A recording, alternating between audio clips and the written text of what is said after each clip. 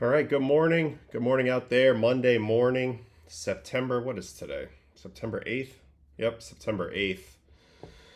Well, I don't know about you guys, but yesterday being first week of NFL, it always makes me feel some type of way as a baseball person. You know, when you're on a big league clubhouse, when you're in a big league clubhouse, there's a lot of football talk going on this time of year. The fantasy draft usually just happened, week one. Sundays are very hard days to stay locked in, especially that first NFL Sunday.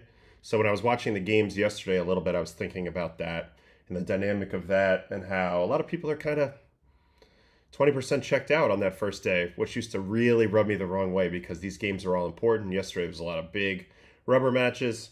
So anyway, I was just thinking about that a little bit. And it was always a challenge to kind of steer clear of the football because football, let's be honest, in this country, it kind of takes over everything. So if you are an NFL fan, happy week one. If not, welcome back to Baseball and Coffee. And we're just going to go ahead and get right into some baseball stuff because that's what we're here for. I see Samurai Beeves is here in the chat. Thanks for being here bright and early. Dennis Lee. Yeah, that's right. We're here. We're doing it. All right, let's get into the standings as they currently sit. Yankees. Wait. Did this just refresh? Okay, yeah. Yankees are now two back after winning that series head to head with Toronto. So that was huge, huge, huge to keep it close. Dennis Lee, great coffee choice. Finally had a chance to try them this weekend. I think that was you then that must have helped me out with the Sacred Grounds. They followed me on Instagram. They wrote me a DM. They said that somebody had come in there. That must have been you. So that's awesome. Thank you for that. I appreciate that. I do think it's pretty good. That chocolate bomb, I have some of that in here right now in this iced coffee. All right, great. So back to the standings. So Red Sox didn't have a great time in the desert, but they did salvage yesterday's game. So this continues to be a tight race. 2-game lead, Blue Jays over Yankees. Red Sox 3.5 back. Detroit 8.5 over Kansas City, so the countdown to clinching is on. They are in New York, coincidentally starting tomorrow. Houston and Seattle. Now, Seattle has finally bounced back, won 2 in a row, and they are now 2.5 behind Houston. Texas 4 back. They are 7-3 in their last 10, and they are a threat at this point. You have to take them seriously. Philly now 7 up on the Mets. Mets lost 2 out of 3 in Cincinnati. A little bit disappointing. They got totally shut down by Hunter Greene yesterday, which is what we're going to watch today. I know a lot of people were locked in on Sproat's debut, as was I, obviously. Go check out the video I made on that when you get a chance. But, Hunter Greene, like when I was watching a little bit of the other side, I was like, oh, this guy is coming with it today. Milwaukee 7.5 up on the Cubs, so they've now reestablished pretty good separation there. They're about to hit 90 wins. So 90 wins this time of year, it's a good place to be. Dodgers 1 up on the Padres. That is awfully close. Both teams 3-7 in their last 10. Seems like neither team wants it. And the Giants, who ended up losing that series, I believe in St. Louis, 2 out of 3, in a big opportunity for them to creep closer, did not quite do that. In the wild card, Texas now 1.5 behind Seattle. Kansas City 2 back. Cleveland 2.5 back. Those are the closest teams. Tampa was right there, but they've lost 3 in a row. And in the National League, Cincinnati, the Giants are both 4 back. Diamondbacks, Cardinals 4.5 back. I don't see anybody catching the Mets. I think those 3 teams, the Cubs, Padres, Mets, some combination of that plus the division teams like Dodgers are going to be the wild card. But we'll see. We'll see if anybody can creep in there. All right, we got a question in the chat about Chapman, so maybe we'll start right there with Chapman since that's the first question here from Beer and Wings. Do you buy that Chapman wasn't spotting his fastball until this year? To some extent, I think he was probably taught philosophically to just shoot it down the middle and kind of let it work. And I also think there's a difference between knowing, fastball inside and then or fastball outside, and then actually like having that type of intent with your rep. I know for me, my pre-pitch move in my head was always like pitch and location. So it's like, sinker, glove side, like sinker away to a righty. And then I would always think my first thought would be what lane I needed to start that ball in. So for me, it would be just like a tick off the outside corner, try to run it back to the corner. I think maybe that's more of the way all of a sudden Chapman is thinking. I've noticed when watching his games that they've done a pretty good job of setting up slightly glove side, especially when he throws his sinker, which is a pitch he didn't throw a lot when he was younger. And I think that's the same idea, like gives him a lane to kind of go in that funnels him into the strike zone.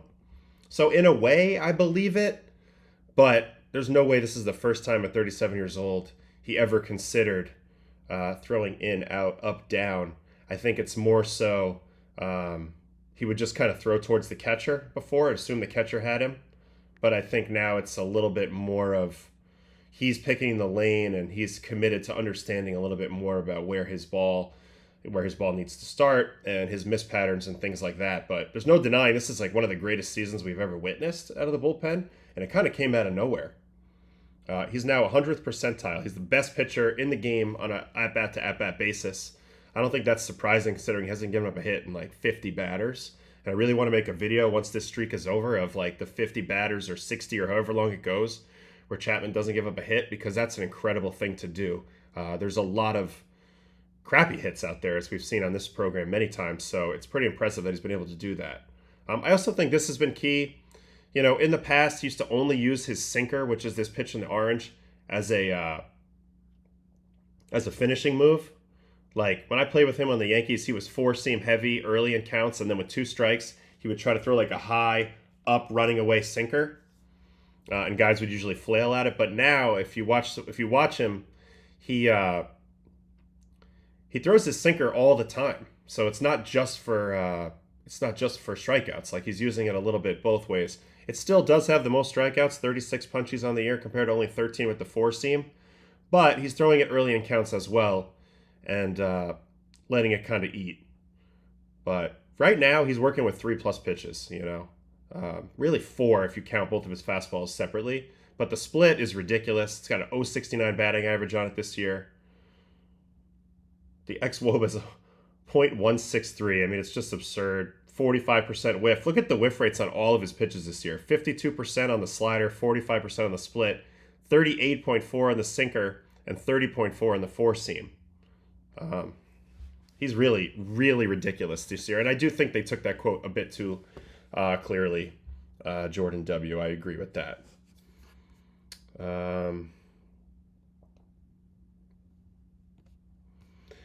I think that there's different philosophies with it. Like, this is actually a pretty good topic to talk about before we watch him pitch. What do you look at when you're pitching, right? I think when I was younger, I used to just kind of look at home plate like in general, right? And I think I used to just think if I throw it towards that guy squatting back there with the glove, that's generally going to be inside the strike zone. And then when you get older, I think you start to learn about soft focus versus hard focus. So it's like kind of like looking at the forest or looking at that first tree in the forest. And what always worked for me the best, and what I practiced over and over and over and over and over again over my career, was starting with that soft focus, looking generally at my target, and then once I initiated my move into my throw, narrowing that focus down to something small, whether it be the glove or a shoulder or a logo or a face mask or a knee or whatever my target was, wherever I wanted to start that ball, like wherever my lane was, right? Wherever I need to send this ball on its path, knowing what kind of movement my pitch has for it to end up where I need it to end up. So I would lock in on something with a sharp focus, and then the goal was to hold that sharp focus beyond the pitch. Like, so I'm throwing it, but I'm still in that target. Now, this is really tricky. When I was younger, there's a phenomenon that I call kind of like coming off your target just a hair too soon, where it's like you're on your target and you're coming down range towards it, and right as you get close to it, you kind of go back to that soft focus, and it's kind of blurry at the end, and you're not really on the target all the way through the pitch. When I've been at the best stretches of my career command-wise, and that obviously means the best stretches of my career overall, I was able to throw the ball and stay on that target for a beat beyond the pitch being fully released before I would become re-aware of what the hitter was going to do or whatever. I was so focused on execution and getting the ball in my lane and doing my part that the rest of it was irrelevant for at least one beat in my head after I had already released the pitch. And I think Chapman's in that zone right now. If you watch him, he is pounding the zone like crazy, and it's just a flow state move. He's not hesitant at all. He's not doing the thing that, we see Edwin Diaz do sometimes, or I did a lot, where you try to ease into the inning and you're a little off before the worry that I'm going to blow this game kind of locks me into a ferocious aggressive mode. He's just out there in flow state, aggressive, but his focus is drawing him into his lane very, very, very consistently. And the ball's just getting there, and he's getting into great counts, and he's got unbelievable pitches to put you away. And he always has had them, but when he has count leverage, you can just forget about it. And you look down here to, I'm going to look down here on the main screen. I'm still in Chapman's page, and you look down here to his first pitch strike rate, and this tells the tale. 70.6% first pitch strikes. That's by far the best of his career. The next highest is 62.5%. Way back with the Reds in, I assume it's with the Reds. It might actually be the Yankees at this point. 2017. It's probably the Yankees. 62.5. So anyway, that tells the tale, because if you look at his career, these numbers on the left have stayed consistent. Like, he's been 90th percentile or better virtually the whole time, minus this little period of time, 2020 through 2022, when he looked kind of like disinterested. Expected batting average always incredible, slugging. So nobody can ever hit him. But then go look at the walk category. Every other year is blue except for this year, 70th percentile in walks. And that's driven by those early strikes, that first pitch strike rate that sends everything into motion for him. So yesterday, Big Chap was able to strike out 4 guys in the inning en route to the save. And I haven't watched it yet, but I did see that it happened. So we'll start there today. That is versus the D-backs. The D-backs. All right, let me just see really quick what we got in the chat.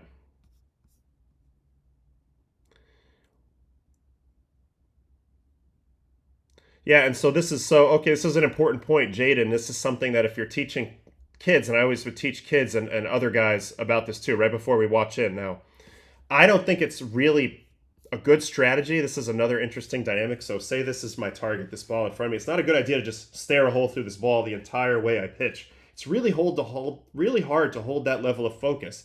That's called focus endurance. That's what I would call focus endurance. And every day when you play catch, you're training your focus muscle, if you will, to be able to hold that focus on an object beyond the pitch, which is the most critical part of this mental process. But you can't do it too soon. Tony Gwynn talked about this hitting where he would try to look at the scoreboard and then he would then zone in on the target right as the ball was about to be released, because he didn't think he could hold it the whole time. And I remember he shared that information with Todd Helton. Todd Helton talked about that a little bit in his Hall of Fame, some of his Hall of Fame interviews, how he used to just stare at the release point the whole time and wait for the ball to pop out of it. And Tony's like, no, you're doing it all wrong. You need to go soft focus to hard focus right at the important moment.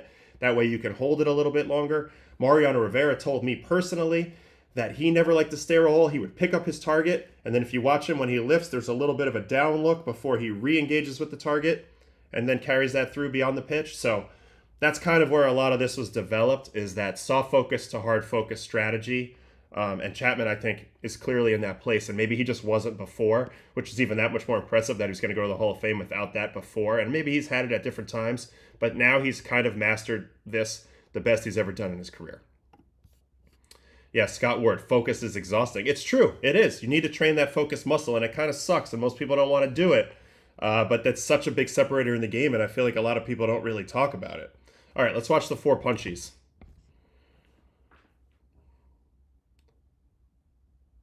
So there's a 4-seam fastball, and I did say it does seem that there's been a concerted effort, now whether he's throwing a 4-seam or a sinker, for the catcher to cheat over to the glove side quite a bit. Now this is an 0-0 pitch.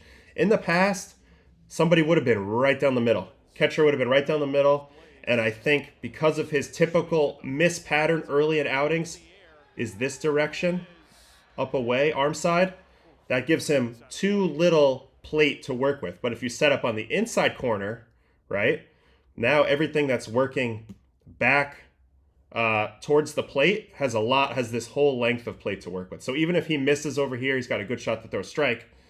And I guess that's my whole total point here. Now he drills this beautifully down in, and they try to ambush because they don't want to strike out, but it's a foul ball, and we make it to pitch number 2, and now he can get right into the bag of his other pitches.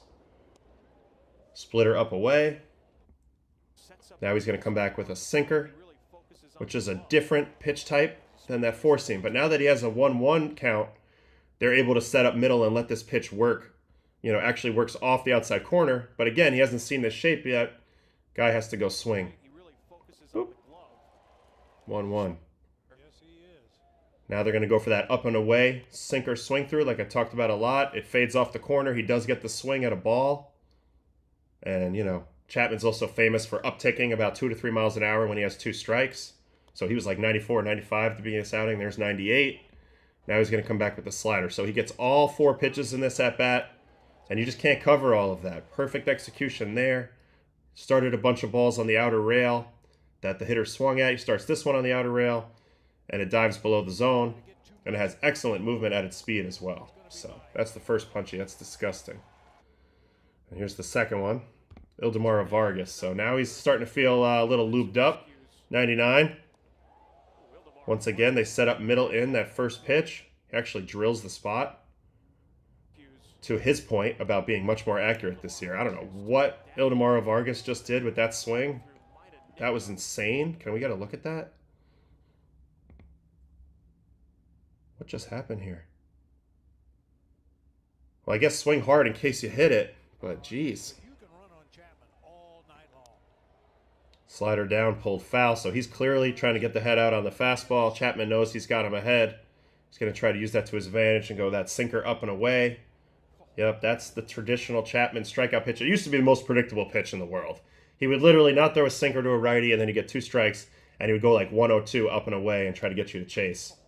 But once he gets you engaged on that, that lane opens up everything. So let's see where he goes from here. He's going to go split. He's got him leaning out over. And he just chunks it in the dirt. It's okay. Slider again. But again, you have to be on fastball timing. So even though this is a pretty good pitch to hit, he is so early on it. Look how far out in front he catches this ball. So we go to another 2-strike pitch, and this time he's going to actually execute the split. Dirty, dirty, dirty split. Now this is what kind of leads to the 4 strikeouts, is that he reaches on a drop third strike rule, which, by the way, I don't know how you guys feel at home. It makes no sense to me. You did your job as a pitcher. You struck the batter out. Somehow he's on base. I don't really get it. But yeah, really good split here. This one actually trended towards the zone for a little bit before dropping out. So super nasty there. And we got Locklear.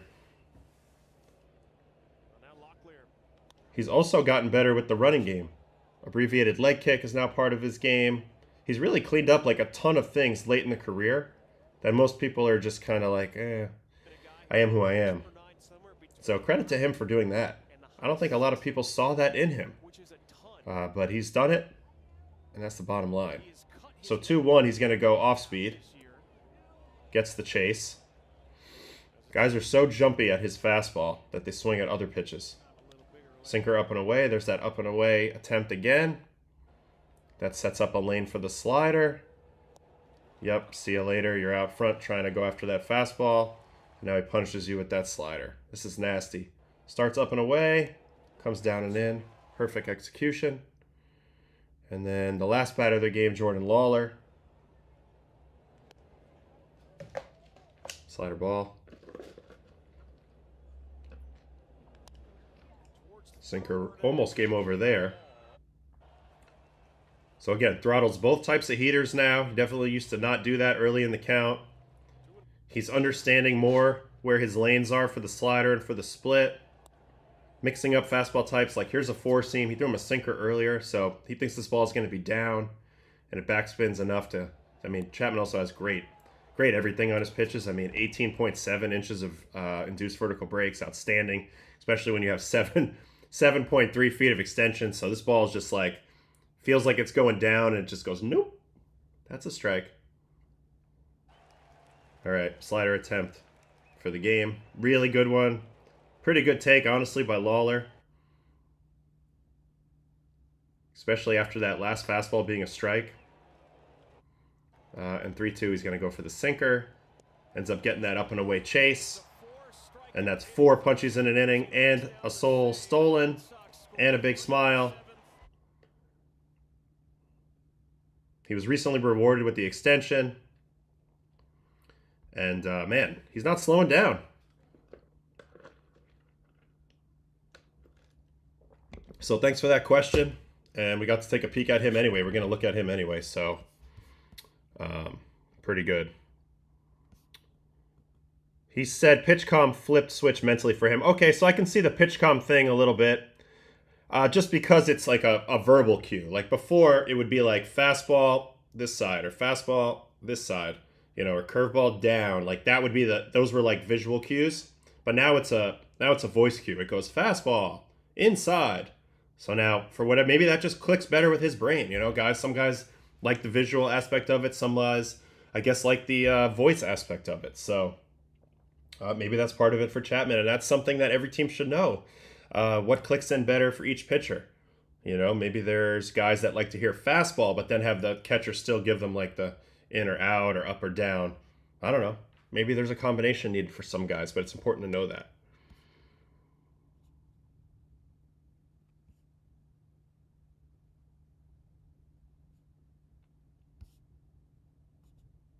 Yeah. The balance he keeps to the leg kick and delivery is sick. It is. He's a freak. I mean, he really like coils back and gets super deep on that back leg and like is able to glide it through and control that gigantic body he has, and it's really a credit to his work ethic in the weight room. It really is. When you signed with the Sox in February, did you think he would have this type of season from what you saw at spring training? Well, you never expect anybody to have this type of season, right? You just don't at age 37. But at the same time, he did seem different in spring training this year. He seemed in a great place mentally, spiritually. He was taking guys under his wing. He was in tremendous shape. I don't know, something about the Red Sox, I think, felt like it rejuvenated him in a way. Really a match made in heaven in a lot of ways. I don't know. He looked like he was in a great place. He came out throwing 100 and live BPs this year, so no surprise there. I mean, you always expect him to throw hard, but he did dial in the strikes right away. And you never know how that will play out, how that will last. But to his credit, man, he's been ultra consistent this year. I think a lot of relievers have stretches where they're this good, but usually it's like 20 or 30 games. Very hard to do it for 60 games. He's at 60 games right now with a .64 whip. And I feel like that is... that's like almost historic. Koji Uehara had like a .56 whip for the Red Sox, I believe in 2013 or right around there, 2012, 2013. And that to me is the most unbelievable thing I've ever seen. But Chapman's right there, man. .64 whip. They're just not getting on base.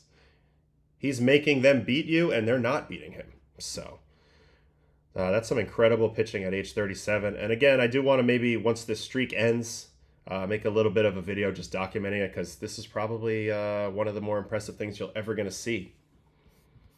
Talking about being loose and having that aggression of a drift and being that closed while still being loose is something very few other people could pull off.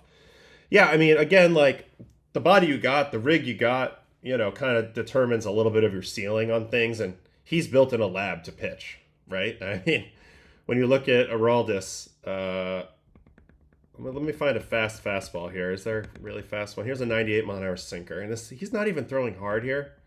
But when you look at Aroldis' body, it's designed in a lab to throw baseballs. He's huge, lanky, long arms, incredibly mobile and flexible. I mean, at 37, to be able to get into these positions consistently, look at this one right here. He's just seated in a chair. That leg is rock strong in the back, right? Like, look at the angle on this. He's just rock solid back there. And then this stretch all through the torso here. And then he just brings the thunder over, but it's such a big body too, so he's going to get that huge extension. So the ball, I mean, look at the release point. The rubber's way back here.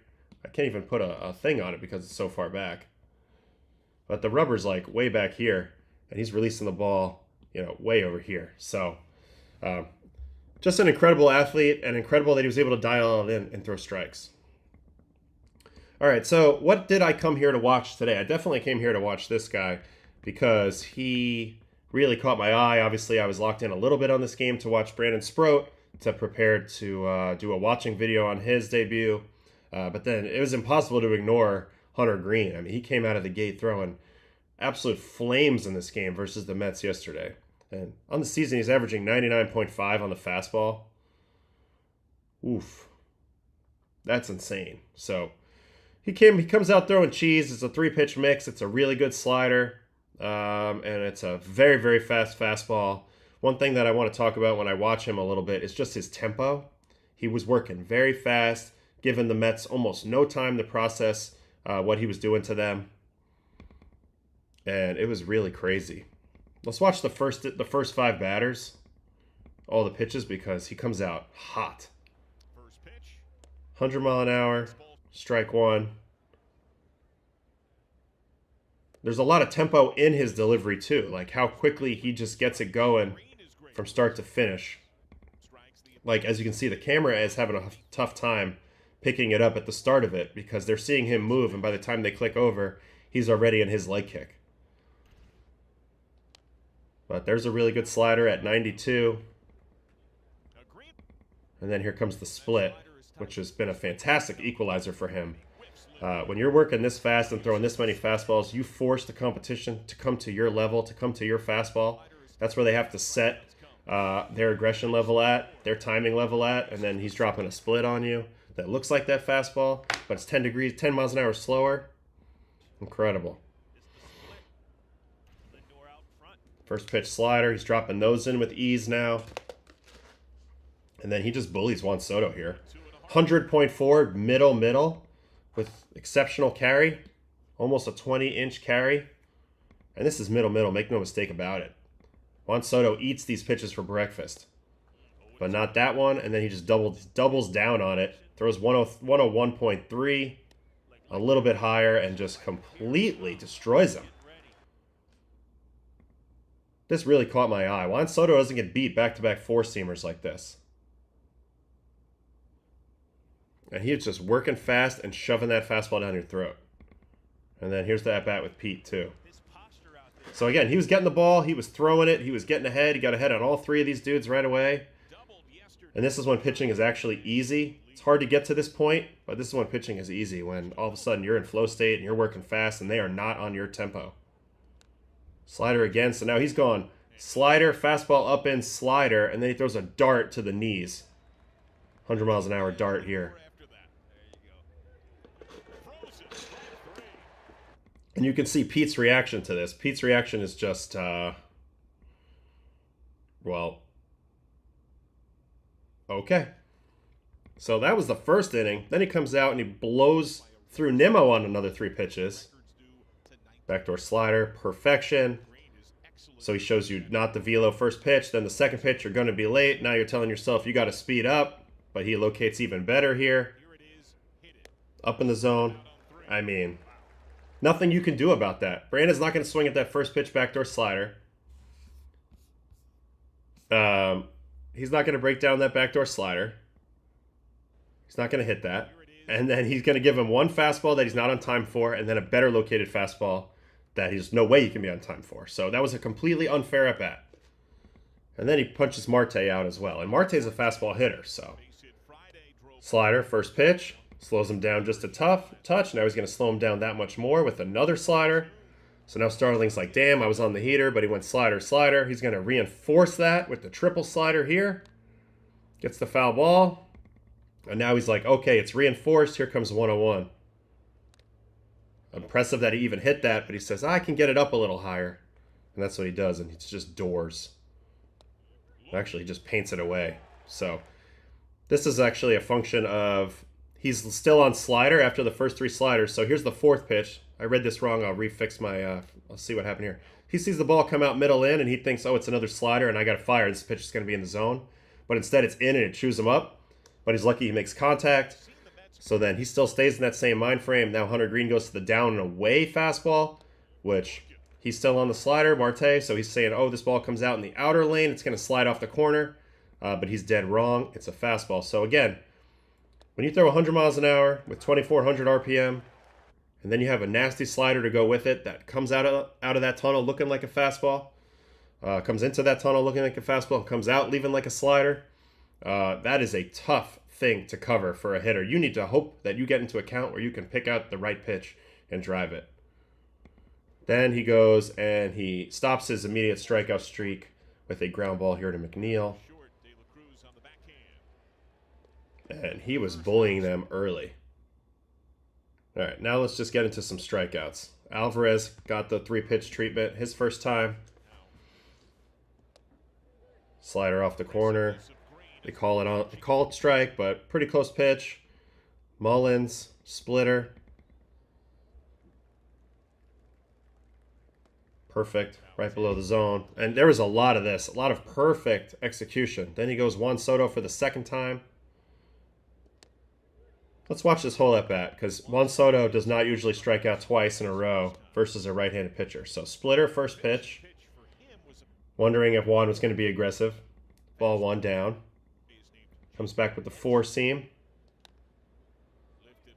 Pretty good swing, but he's under it. So 1-1. Now he's going to come back with the even harder and higher 4-seam. Perfect pitch. All he can do is kind of... I don't even know what you would call this swing.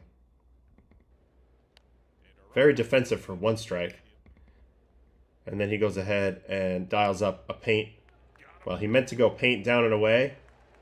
But he was he got Juan Soto's attention inside big time on those last 2 pitches. And then this pitch comes out of that other lane. So once again, he switches lanes on him.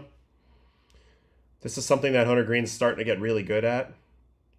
You know, he floods you in, and then look, this is intentional. They go over here again. They go over here intentionally, and then they just freeze him. So Juan Soto, 2 strikeouts, first 2 at-bats. Let's find some more strikeouts. We got McNeil. Gonna get him with a slider. Chases that to the back foot. That's nice execution. Then we got... He finishes with a flurry in the 7th. Nimmo on a fastball. Still throwing 100, by the way. Nimmo was just late on that fastball all day. And it's crazy to see this because 2 years ago, it felt like Hunter Greene's fastball was very, very easy to pick up despite its speed, and that it played light. Most hitters said, oh, it's one of the lighter fastballs I've ever seen. Something has flipped because now you got to respect all of his pitches. And this fastball's playing crazy, and that's just dotted on the corner. And there's nothing you can do about that. That is freeze city. This is about as perfect of a fastball as you can throw. And it's your final pitch of the game at 101.1. That's a radio station. That's not a velocity. So Hunter Greene, man, he's looking damn good. He is definitely on my radar for Cy Young next year. 100%. Crazy how good this guy's gotten in such a short amount of time. Like I said, 2023, 4.82 ERA. It just felt like he could strike you out, but his contact numbers were probably pretty bad. Let's go back there.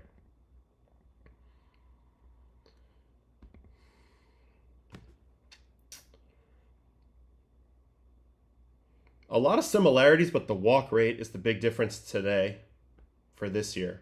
What was the big jump last year? I guess was he started getting his contact figured out last year. Barrel percentage, exit velocity. And this year, he's just going a little bit more right at dudes. But, dude, this guy's unreal. Unreal right now. All right, Adam, the Chapman delivery breakdown should be the exact thing you do posting to social media. That's good stuff. Yeah. I'm not actually a mechanical, whiz kid. I don't feel like I have the best grasp on it in the world. But I know some things. And he's a freak. That's pretty apparent. Scott Ward, Helsley is asking himself why this doesn't work for him anymore. Well, if you notice, though, the execution of what Hunter Greene is doing, that's the big key. Despite how hard you throw, you still got to pitch in this league. You still got to execute. You still got to at least get ahead in the count and put the pressure on the other team to swing. Helsley's made a lot of what I would call non-competitive pitches over the past couple weeks. And whether he's tipping or not, that's a big factor. So, Hunter Greene, though, man, looking good. All right. So now let's go watch Shohei's 2 homers because he's approaching 50. So this guy just continues to be ridiculous. And he clips his countryman twice in this game, Sugano. He goes 2 for 2, and then they're like, you know what? We're just not going to pitch to you anymore. All right, let's watch the at-bats. This is the first inning. Sugano comes out throwing hard. 95, first pitch. Off the plate, away. Going to double up. Oh, it's going to go sinker this time. And this pitch is not even a strike. Shohei has such crazy plate coverage. He squares this ball up like a knuckleball to center at 110 at 23. I don't know what that move was. Was that like a golf putt? What's Shohei doing here? Maybe. But dude, this pitch is not even it's not even a strike. At first pitch. My God. And then let's watch the second one. I'll answer that question in a minute, Jaden. So no, second at bat, he's like, well, I'm not coming right at you with the fastball. I'm going splitter and splitter again. Unfortunately, it's 2-0, so now I'm probably going to have to pipe you a heater. Yep. Fastball and a predictable count. Even though it was pretty well located in, it's not high enough. And if Shohei's can look for a fastball and you're going to give him a fastball, pretty good chance he's going to put barrel on it. Another 108 at 27. And he's like, damn, I came all the way to America just to give up home runs to Shohei? That sucks. And that's good velocity for Sugano as well. So he gets clipped up and away, and he gets clipped painted in medium height.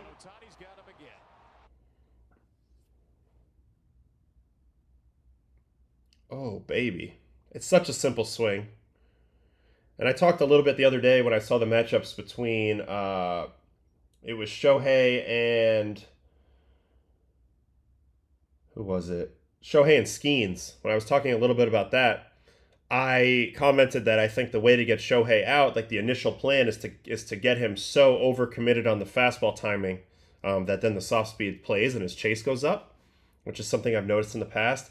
But in this situation, they don't get him onto they keep him on fastball timing by throwing balls. So he got into fastball counts, 1-0 home run on the first one, 2-0 on the second one. That's not really what I'm talking about. You want to get him on fastball timing by blowing cheese early in good locations and getting him activated on fastballs and hitting foul balls. So now you have him in a little bit more of a swing mindset, and then you can get some chase out of him. But in this case, he's like, you don't throw hard enough to scare me. I know the fastball's coming because you haven't shown me you can locate your off speed yet. So I'm going to be on time for your fastball. And that's all it was. He's just nice and relaxed and on time for this ball.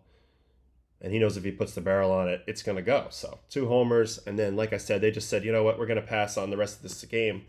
And we're going to send him out there with 3 walks. All right. We got a good question in the chat from Jaden. I saw a video on the Mets channel showing your 2-seam grip with your middle finger off. It's a little odd. What are your cues and how'd you come to that? So, yeah. So, for me, I actually had my middle finger off the seam here. Most people have it on the train tracks, or they're in between, or they do some sort of, torquing with it or whatever. But when I visited Driveline in the off season of 2017 going to 2018, I had just bought an Edgertronic camera, and I was trying to figure out really a cutter at that point. At that time, I had kind of messed around with a million different cutter grips and nothing was right. But in the process of that, I learned how to use this camera. So when I came back home, I started, Edgertronic cameraing or, filming with my Edgertronic camera, all of my throwing sessions, all my bullpen sessions. And I started noticing that on my 2-seam, which at the time I threw traditional style, I was very middle finger dominant with my last touch on the ball. And a lot of times, because I came through kind of a little bit above sidearm, I would almost like overcook it by pushing it too much, and I wouldn't get the spin in the right axis. So I'd kind of throw like a crappy, like wobbly looking sinker. And a lot of times I would push it consistently too far to my glove side. So by simply moving my middle finger from the seam to off the seam, and then cueing using my pointer finger pressure. So I was thinking pointer finger pressure. So when I would release the ball, I made sure ensured that my pointer finger was the last point of contact. Now, it wasn't necessarily. You can see the middle finger still on there. But in my head, my cue was keep the pointer finger on the ball. And that set me up for that perfect axis, that 80% spin efficiency to create that seam shift. So that was the cue. And once I saw the ball consistently moving that offseason, if you go look at my usage, which maybe we can do since we have the capabilities, if we go check out my usage from 2018 to 2019, it definitely changed. 2017 to 2018, it definitely changes in favor of more sinkers. So I kind of found the grip that year. And we'll just take a look at that. So 2017, I was still throwing, at that time, 24.5% 4-seam fastballs and 25.6% sinkers. So I was splitting it. And I would go back to that a little bit later in my career, but this was the moment I realized, oh, I have a better sinker than four seam, which is crazy. It took me this long to figure that out. And I think a lot of it was I changed my mechanics a few times, but then you fast forward to 2018, 41.3% sinker, and the four seam went down to 1.9%. I only threw 14 of them in the whole year. Probably could have thrown more of them, but the sinker became my main focus, and that continued for several years. 2% four seam in 2019, 0.3% four seam in 2020, before I finally circled around to 21% in 2021, and that was driven by a higher arm slot in Boston, which you can actually see by the arm slot metrics. Yeah, if you look at 2021, I was at 29 degrees, so my arm is a lot higher than all these other years, 23, 25, 23, 25, 25. So that's why the four seam played a little better. I actually had a little more efficiency on the four seam that year, and that's what kind of re-looped it in. And also, working with Jason Varitek, I learned a little bit about why a four seam is so important to protect some of my pitches with. Good vertical drop, and he was really, really smart talking about it and really, really knowledgeable, because not only was he a catcher who caught great pitchers, Pedro Martinez, the aforementioned Koji Uehara, John Lester, Clay Buchholz, Josh Beckett, the list goes on and on. Not only did he catch, he also was a hitter, switch hitter, and a pretty good hitter at that. So he understood a little bit about the challenge of covering four seamers and sinkers, and also all sorts of sweeping breaking pitches from the hitting standpoint. So he taught me a little bit about how to use my four seam. But anyway, to get back to your original question, that's how I throw my sinker. And that's when I kind of figured that part of it out. And before that, it was a very different pitch. All right, we got a follow-up here. Do you think supinators like yourself have a better chance to throw better sinkers with seam shift than pronators just shifting the axis? I don't know about better, but that's kind of how it has to happen. Like a pronator is going to have to throw a much different type of, seam orientation to create the sink. Now, a lot of times pronators tend to be more higher slot guys. And so in a way, you're creating a steeper approach angle. So like think Zach Britton. Zach Britton had like little gator arms, and he was very strong and threw very hard, and he had the best sinker pretty much we've ever seen. And he actually threw it with like kind of like a cutter grip, and he would pronate through the ball, and it would create this sink going downhill.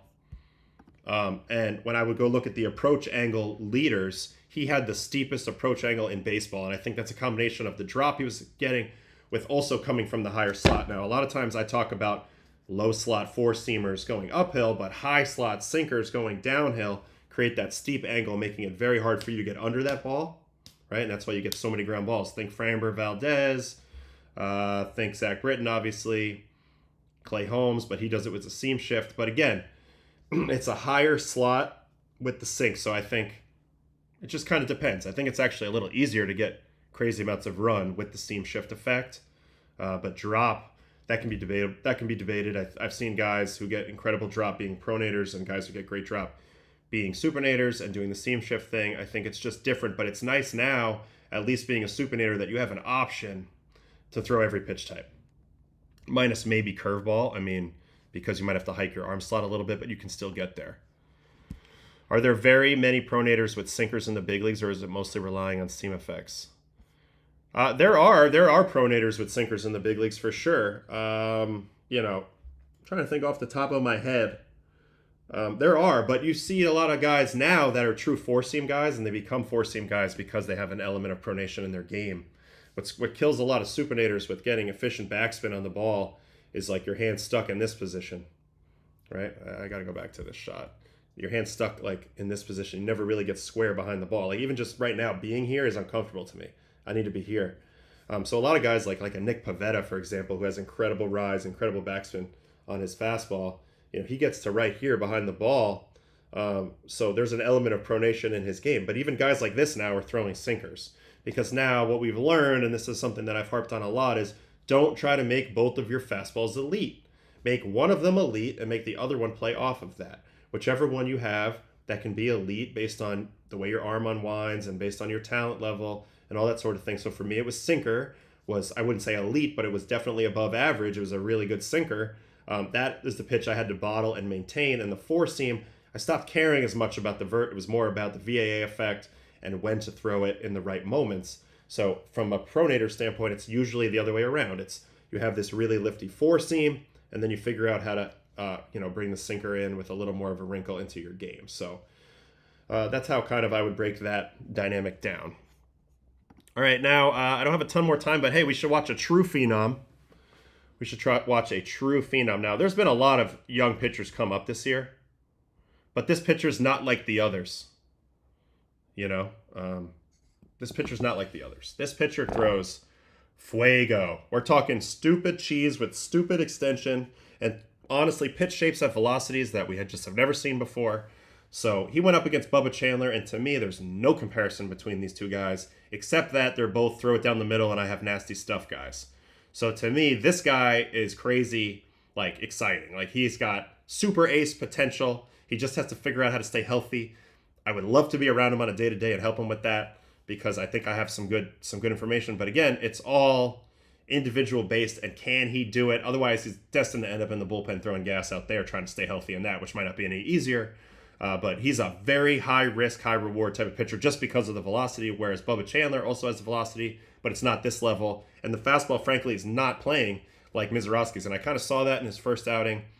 Even though the stuff metrics seem to love Bubba Chandler, I said, no, that fastball is not playing like a Misiorowski fastball. Frankly, even like a Tong fastball, even though it got hit the other night. So let's watch Misiorowski. This was yesterday versus the Pirates. He goes 7 innings, so showing that he can go deep in the game is big. And he's kind of the wild card for the Brewers in the playoffs. Like, no lineup wants to face Jacob Misiorowski. It's not fun. He throws scary fast.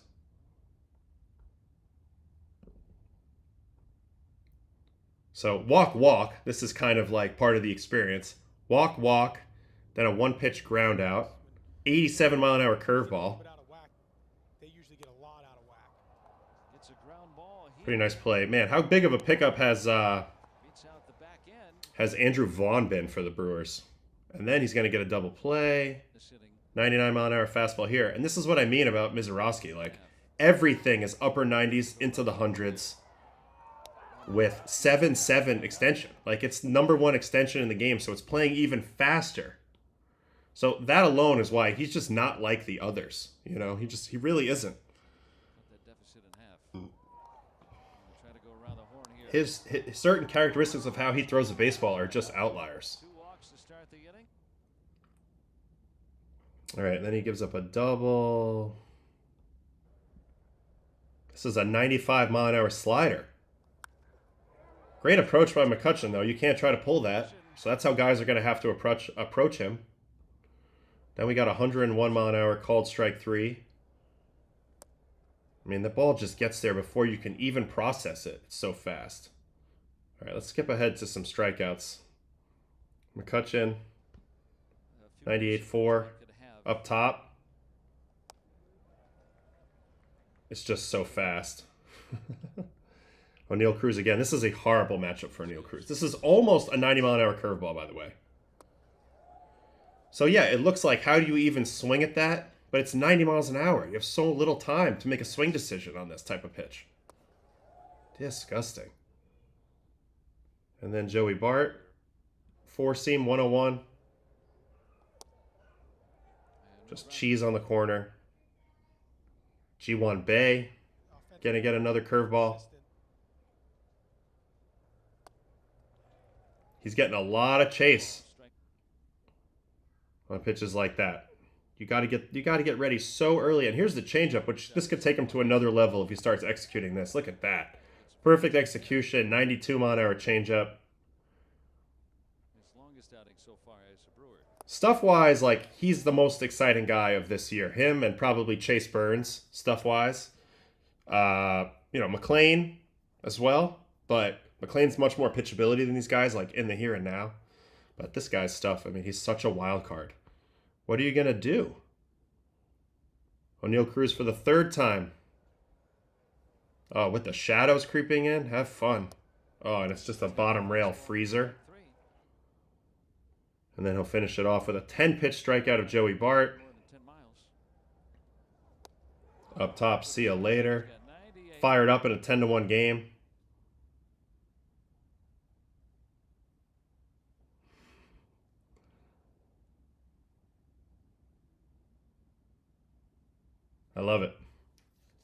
Very nice. So, yeah, so Misiorowski, he's crazy. He's a big wild card in this playoff situation. Very curious to see how teams approach him come playoff time.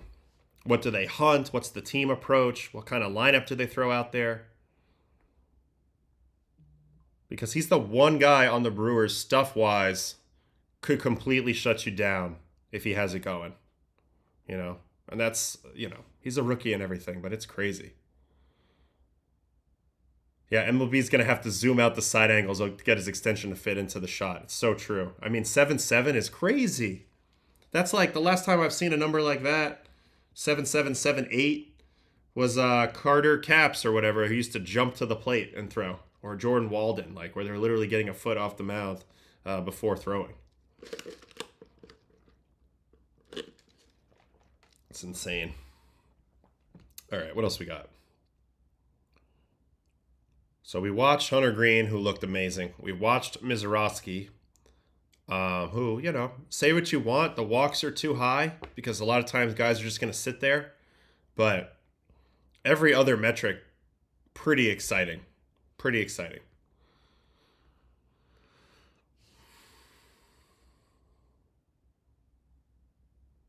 Still got all this Sprout information up here. Let's see if they have any top performer info from yesterday, Sunday.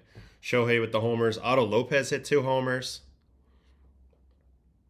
Henio Suarez 2 homers. So that's a big factor if the Mariners are going to come in. Carson Kelly, we watched him recently, 2 homers. Hunter Greene, Misiorowski, Castillo had a good game. Patrick Corbin threw well. Ryan Nelson threw well. Fried, Scherzer. Ooh, let's go watch the tipping stuff. Thank you. Very good in the chat. This is why the chat's so important, because you guys are awesome, and I don't know what I'm doing all the time. Blue Jays, Scherzer. So let's see what we can pick up on here. Scherzer was on the mound. Ben Rice hit the homer. So it's once Judge gets to second base. So when's Judge on second? Oh, wait, no. Judge walks. Duh. Now Bellinger singles.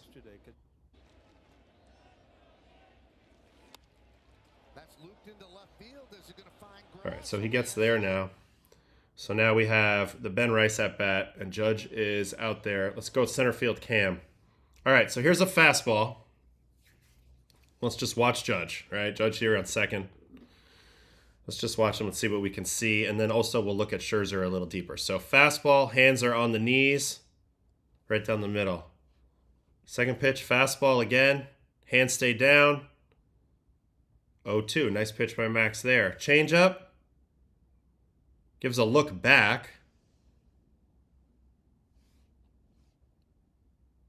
I don't think that's necessarily anything. Four seam here. Hands stay down.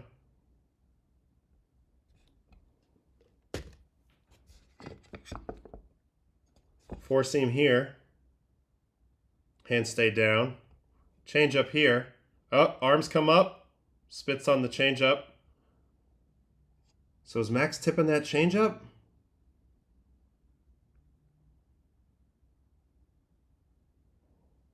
Interesting. Change up again. Oh, hands up again. Clobbers that foul. So hands up on the changeup. So he's got Max tipping his changeup here.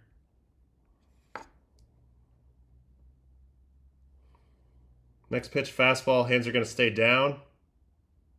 And he's on time. Hard to be on time and ahead on a fastball when you're just ahead on a changeup. So that's pretty suspicious that he definitely has Max doing something on that.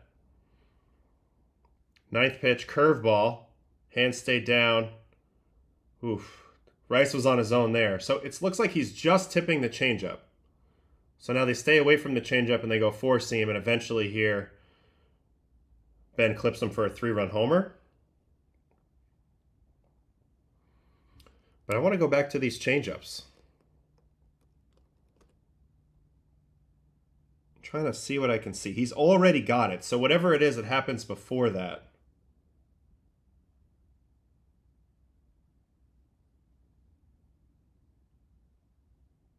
I mean, you can see it in the glove there, but it's too late. Like, he gives the signal before you would ever be able to see it.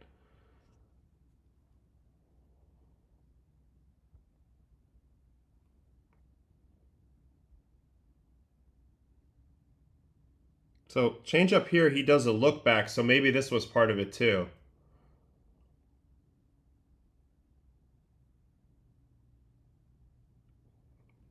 Maybe there's something with the way he's coming up with the ball. We don't have a great look at this, unfortunately.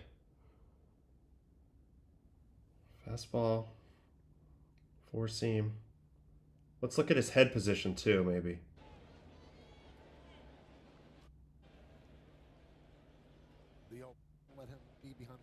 Change up. Change up, he came set looking at home. Four seam, he's come set looking at his glove and then going home. Oh, this time he came set looking at home, stayed home. Change up, looking at his glove, then home. Change up, looking at his glove, then home. But he did that with the four seams too, so it's something else.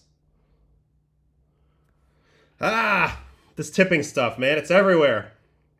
All right, now we got to look at the angle of his arms. So change-ups are there, fastball.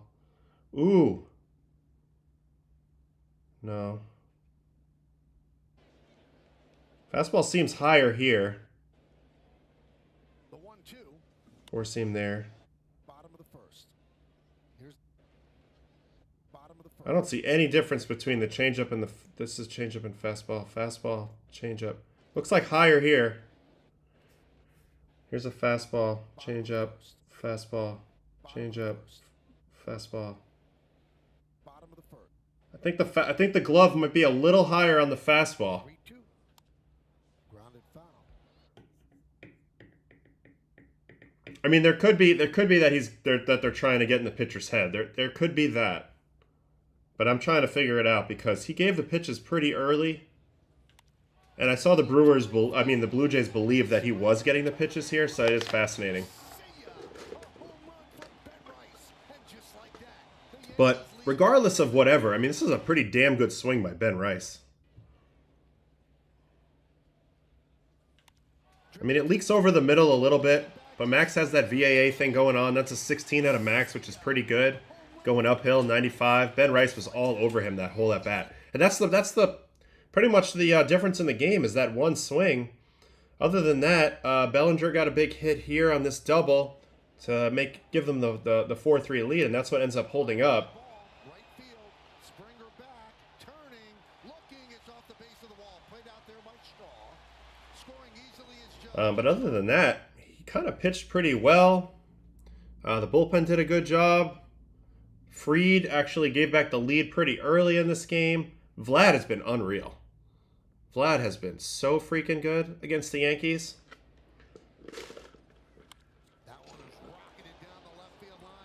This is a good job by the relay, too, that 2 runs don't score on this. Schneider did not score. He ends up getting stranded there.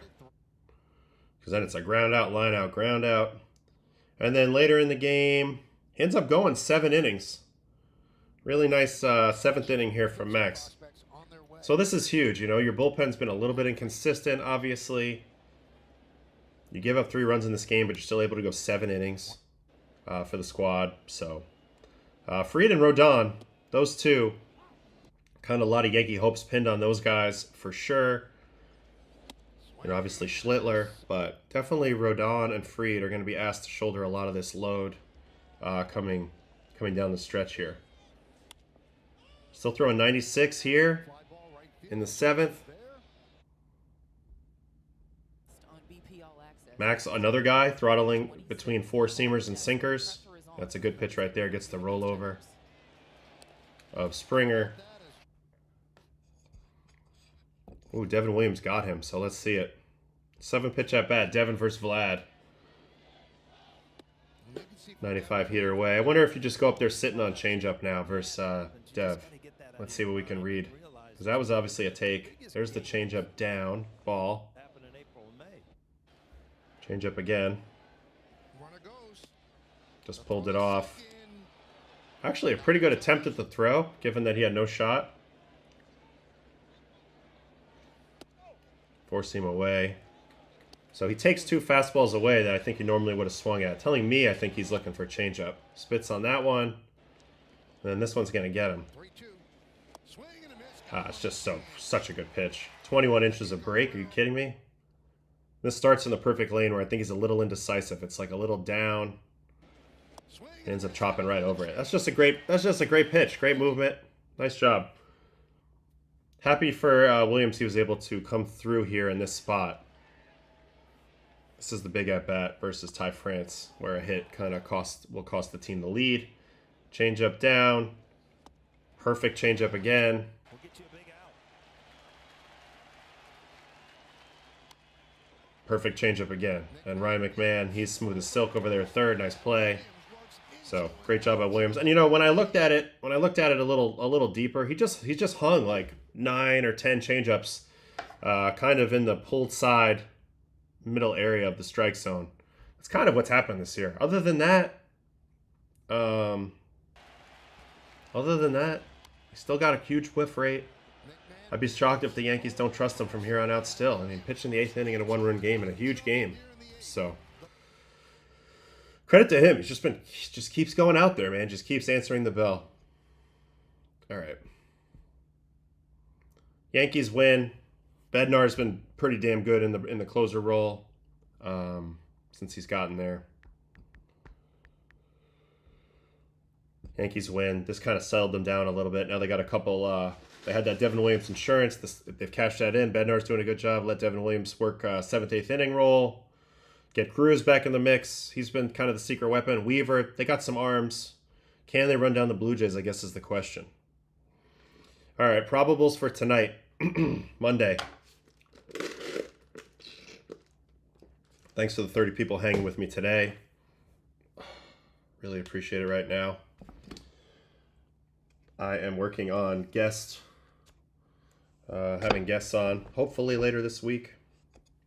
I've been working through my OBS software a little bit. I was trying to work with somebody, but they're being a little slow. So we'll see how that works out in the coming weeks. But I really like to get some other people on here. All right. Ryan Bergert, Slade Ciccone, Royals and Guardians tonight. Cavalli and Jansen Junk as the Nationals at Miami. And then we have the Mets at Philly. Can the Phillies put the Mets to bed in the AL East completely? Or can the Mets maybe come out of nowhere for a 6 series? They have had the Phillies number for a while now. And they do send Lightning McLean to the mound today versus Aaron Nola. So McLean's 5th start tonight. For me, he's been much more impressive than the other two, Sproat and Tong, to this point, mainly just because he's very polished. He also has incredible spin talent that the other two don't have, but they also are very talented in their own way. So it's interesting to see the different skill sets that each guy has brought to the table between Sproat, Tong, and McLean. McLean's my favorite. I think he's everybody's favorite right now, and it's hard not to be swayed by the early results. But man, the way he's going about it, like the context beyond it, is very, very impressive, and that's why I'm all in. Aaron Nola, actually a similar type of pitcher to Nolan McLean, like when he's doing his thing in his prime, you know, moving it side to side, great curveball. But he has been struggle bust this year. He's looking to pitch his way back into that rotation for the playoffs. Imanaga, Bryce Elder, Cubs, Braves. Imanaga, another one looking to kind of see where he's going to line up come playoff time. Right now, I think Cade Horton's probably game 1 for the Cubbies. Cade Horton, Matthew Boyd. You would think Imanaga would be in there. Elder for the Braves. Then you got Quintana and the Brewers at the Rangers. Jacob Latz. Rangers still in it. Quintana and the Brewers going for their 90th win. Looking to be the first team in the 90. Twins and Angels, Woods, Richardson, Caden, Dana. Reds, Padres, Lodolo, and Darvish. This is a big series. This is a tough test for both teams. We'll see who comes out on top on that. Michaelis versus Wu. Cardinals at Mariners. Ooh, so my guys are up in Seattle today. That's a great place to be in the morning. Brian Wu, though, he's been nasty, so we'll see how that one plays out. Nabil Krismat versus Logan Webb from the Bay. Diamondbacks, Giants. Trying to hang in this wild card race, 4 back, I believe. And then we got Crochet. Red Sox are in Sacramento today. Interesting. So Crochet goes to pitch against Morales. Crochet coming off probably his worst start of the year. Looking to get right back on that, cut that off, and keep rolling. And then we got Rockies at Dodgers. So Dodgers return home to Dodger Stadium after a pretty tough road trip. They do get the Rockies and Chase Dollander tonight. So that is it for the show today. Appreciate everybody hanging out with me today on a Monday, September 8th. We are, I believe, not that many games left. How many games are left? this season. If I go look at the standings, so let's do a little math. 82 and 61 for the Blue Jays, so that's 143 games. That makes 19 left, so we are under 20 games left. This is going to get hot and interesting, and really the next 2 weeks are going to see how spicy that last week is. So exciting September of baseball ahead. We'll be here Monday through Thursday, 10 a.m. On Baseball and Coffee, and then Friday, Baseball and Coffee on MLB. Saturday, Baseball After Dark, 10 p.m. Saturday night, which we had a really fun live stream the other night. Thanks for everybody who hung out with me with that. Don't forget to tell your friends if you enjoy this.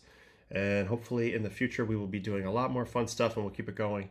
So thanks for hanging with me, fellow baseball nerds, this morning. All right, have a good one. I'll see you guys later.